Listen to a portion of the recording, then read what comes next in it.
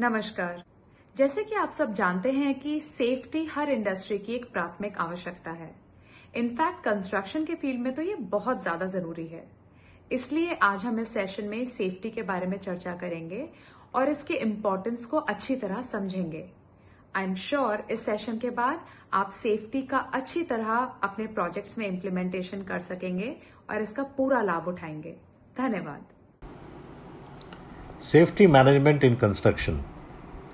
इस सब्जेक्ट का उद्देश्य ये बताना है कि कंस्ट्रक्शन प्रोजेक्ट्स में लगे सभी एम्प्लॉयज़ और अन्य इन्वॉल्व लोगों को हेल्थ, सेफ्टी और वेलफेयर की रक्षा के लिए कंट्रोल और कोऑर्डिनेशन कैसे किया जाए। इसको सेफ्टी मैनेजमेंट के इम्पोर्टेंट एस्पेक्ट में से लिया गया है।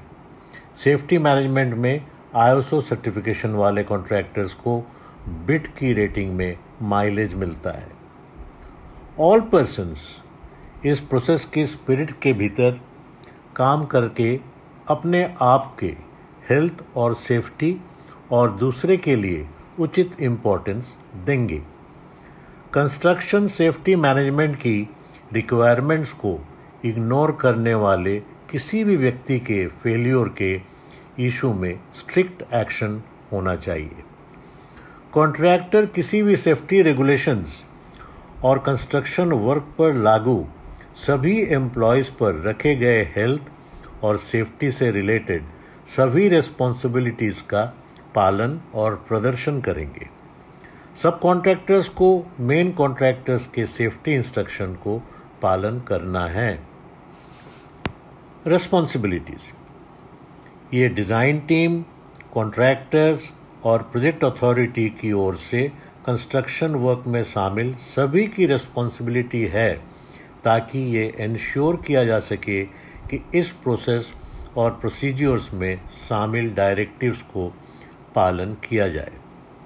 Safety process norms.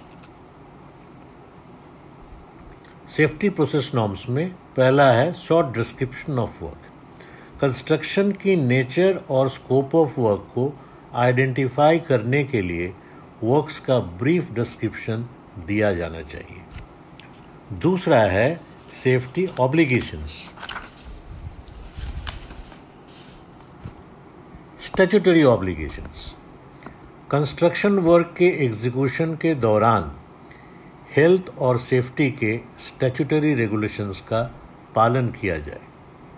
Contractual obligations. Contractors को एग्जीक्यूशन के दौरान ये इंश्योर करना है कि सभी प्रोजेक्ट्स कर्मियों सेफ्टी एंड हेल्थ की कॉन्ट्रैक्चुअल ऑब्लिगेशंस को ड्यू इम्पोर्टेंस दें।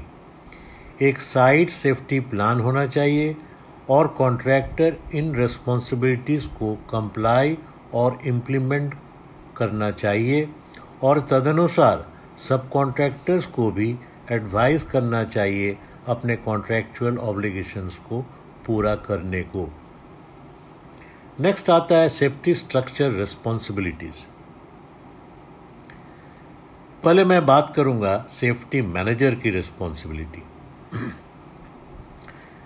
ए safety manager eight site must establish project safety plan, approve it और इंश्योर करे कि ये इम्प्लीमेंट हो। सभी एम्प्लॉयज़ और सब कॉन्ट्रैक्टर्स को क्लियर सेफ्टी रिस्पॉन्सिबिलिटी इंस्ट्रक्शन सौंपे। प्लानिंग स्टेज से इंश्योर करे कि वर्क में सेफ्टी प्रोसीजर को कंस्ट्रक्शन प्रोग्राम में शामिल किया गया है और एग्जीक्यूशन स्टेज में इसका पालन किया जाता है। इंश्योर करे कि साइट पर यूज़ किए जाने वाले सभी मशीनरीज और प्लांट्स सेफली रखे जाते हैं और ऑपरेटर्स को ट्रेनिंग या लाइसेंस प्राप्त है। नेसेसरी साइट वेलफेयर की प्रोविजन की व्यवस्था भी करना है। बेसिक फायर प्रिकॉशन, प्रिवेंशन और प्रोसेस का आयोजन होना चाहिए। एंटिसिपेटिंग डेंजर्स, रिकमेंडेड प्रिकॉशंस और सभी एम्प्लॉयज़ को सीक्वेंस ऑफ ऑपरेशन फॉलो करने का निर्देश देना चाहिए। मटेरियल्स का सही और सेफ स्टोरेज की पॉलिसी का अरेंज और मेंटेन करना है। हैज़ार्डियस मटेरियल का यूज़ करने वाले पर्सन्स को एडिक्वेट इंफॉर्मेशन और ट्रेनिंग शेयर करें। सब कॉन्ट्रैक्टर्स के सेफ्टी परफॉर्मेंस की मॉनिटर करें और आवश्यकता पड़ने पर करेक्टिव एक्शंस का निर्देश दें। फर्स्ट एड की अरेंजमेंट करें। इंश्योर करें कि साइट पर काम के लिए एंगेज सभी एम्प्लॉयज़ काम के लिए कॉम्पिटेंट हैं और वे कॉन्ट्रैक्चुअल सेफ्टी प्रोसेस में ट्रेंड किया गया है। मेंटेन ए टाइडी वर्क प्लेस। एक स्वच्छ और क्लीन काम के स्थान होना चाहिए और ये इंश्योर करे कि अप्रोच रोड और पाथवेज को क्लियर रखा जाए, कोई ऑब्स्ट्रक्शन उसमें नहीं हो। In case of any accident at site of any person, project manager को रिपोर्ट करें। ये दायित्व जो मैंने बताया, ये रिस्पॉन्सिबिलिटीज़ सेफ्टी हेड के लिए है। अब मैं आपको बताऊं बाकी लोगों के लिए क्या रिस्पॉन्सिबिलिटीज़ है। This for all persons at site. उन पर्सन्स के हेल्थ और सेफ्टी के लिए सभी उचित ध्यान रखें जो वर्क में एक्ट और ओमिशन से अफेक्टेड हो सकते हैं। केवल उसी वर्क को करें जिसके लिए कॉम्पिटेंट या ट्रेंड हो।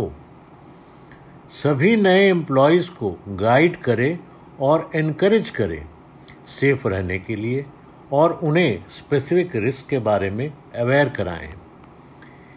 In case of accident, project manager और फर्स्ट एड प्रोवाइडर को इमीडिएटली इन्फॉर्म करें, भले ही इंजरी कितनी भी मामूली हो। एक क्लीन और टाइडी वर्क प्लेस बनाए रखें।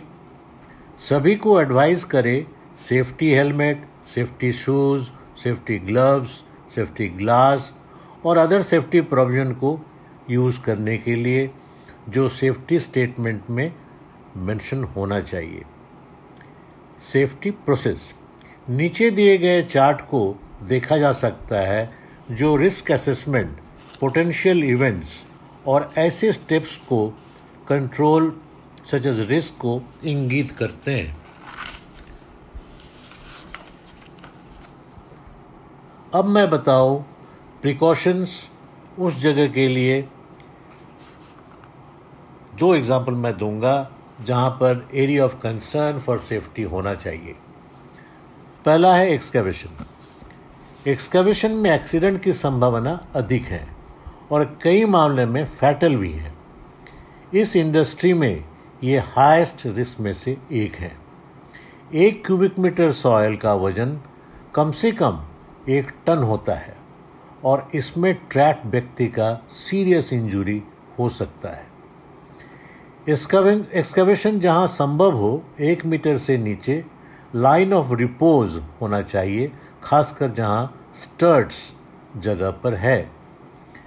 एक्सकैवेशन में शैफ्ट या टनल की एक्सकैवेशन जहां 1 मीटर से अधिक गहरी हो और जहां मटेरियल्स के टूटने या गिरने का खतरा हो, वहां timbering, trench sheeting, benching etcetera की यूज़ जरूर करें सेफ्टी के लिए। टिम्बरिंग या शीटिंग ऑपरेशन में लगे लोगों के लिए सेफ्टी की आवश्यकता है। एक्सकैवेशन पीट, शैफ्ट पीट या ओपनिंग के किनारे मटेरियल्स खड़ी नहीं की जानी चाहिए ताकि इसमें काम कर रहे किसी भी व्यक्ति को खतरे में ये डाले।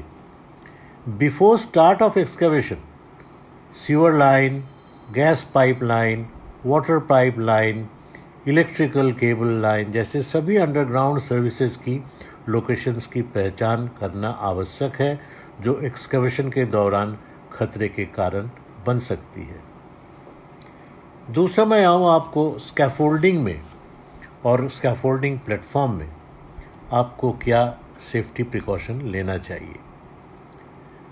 सभी स्कैफोल्डिंग रिक्वायर्ड का शेप, इसकी मजबूती और साउंडनेस तथा पेटेंट डिफेक्ट नहीं है, ये जांच करना आवश्यक है। स्कैफोल्डिंग प्रॉपर्ली फिक्स्ड हो, सेफ और सिक्योर्ड हो, ताकि सडन डिस्प्लेसमेंट से इसमें कोई खतरा नहीं पैदा हो। प्रोजेक्ट मैनेजर के अप्रूवल बिना स्कैफोल्डिंग का कोई भी पोजीशन का ऑल्ट्रेशन नहीं करना चाहिए। ऊंचाई में 7 मीटर से अधिक हाइट स्कैफोल्डिंग के लिए केपेबल डिज़ाइन इंजीनियर द्वारा स्पेसिफिक डिज़ाइन होना चाहिए और सेफ्टी फैक्टर को शामिल करना चाहिए। वर्किंग प्लेटफॉर्म, गैंगवे या रन जो हम अक्सर लगाते हैं हाइट में काम करते वक्त, हर वर्किंग प्लेटफॉर्म गैंगवे या रन से अधिक गिरने के चांस होते हैं। इसलिए 2 मीटर से अधिक गैप होने से बॉटम में प्लेटेड प्लेटफॉर्म बना के रखना चाहिए। वर्किंग प्लेटफॉर्म या गैंगवे में हर बोर्ड या प्लेट्स साउंड और स्ट्रॉन्ग होना चाहिए और सिक्योर्डली प्लेस्ड होना चाहिए, ताकि किसी भी कारण से वो अपने पोजीशन से नहीं हट पाए। Action in case of fire, ये इम्पोर्टेंट है कि साइट पर हर कोई फायर की स्थिति में की जाने वाली एक्शन के बारे में पता रहे। इसलिए अप्रोप्रिएट इंस्ट्रक्शन को सर्कुलेट किया जाना चाहिए। उसमें क्या होना चाहिए? How to alarm and ensure evacuation from building या structures, how to call fire brigade by telephone, how to use available firefighting equipments in emergency। Fire fighting equipments क्या हैं? हर साइट में फायर फाइटिंग इक्विपमेंट्स अवेलेबल होना चाहिए जो कि आसानी से उपलब्ध हो। ये बाज़ार में मिलते हैं, लोग लगाते भी हैं, आप शायद अक्सर गाड़ी में भी लगा कर रखते हो, ताकि किसी समय में अगर ऐसी नौबत आए जहां फायर को रोकना है तो ये एक्सटिंग्विशर काम कर सके। अब मैं आपको बताऊं सेफ्टी ट्रेनिंग के बारे में। सेफ वर्क टेक्निक्स और प्रैक्टिस के यूज़ से अपने स्किल को डेवलप करने के लिए साइट मैनेजर्स, सुपरवाइजर्स और वर्कमैन के लिए एडिक्वेट सेफ्टी ट्रेनिंग की व्यवस्था होनी चाहिए। सभी एम्प्लॉयज़ सेफ्टी इंडक्शन में भाग लेंगे, जिसमें एक्सीडेंट की prevention, basic safety rules, safety equipments का प्रॉपर यूज़, इमरजेंसी प्रोसीजर के बारे में बताया जाता है। इस कोर्स में भाग लेने वाले एम्प्लॉयज़ का रिकॉर्ड भी रखना ज़रूरी है, ताकि सब कॉन्ट्रैक्टर सहित सभी एम्प्लॉयज़ को बेसिक सेफ्टी नॉर्म्स का नॉलेज हो सके। कॉन्ट्रैक्टर्स के लिए सेफ्टी, हेल्थ और वेलफेयर की कमिटमेंट्स। नीचे दी गए सर्टिफिकेट फॉर्मेट को देखा जा सकता है, जो कॉन्ट्रैक्टर्स के रिटन कमिटमेंट्स फॉर सेफ्टी को इंगित करता है। ये कमिटमेंट्स ज़रूरी है ताकि कॉन्ट्रैक्टर बाध्य हो ये सारे प्रोसीजर और प्रोग्राम को फॉलो करने के लिए for total safety of all the employees site में। Thank you.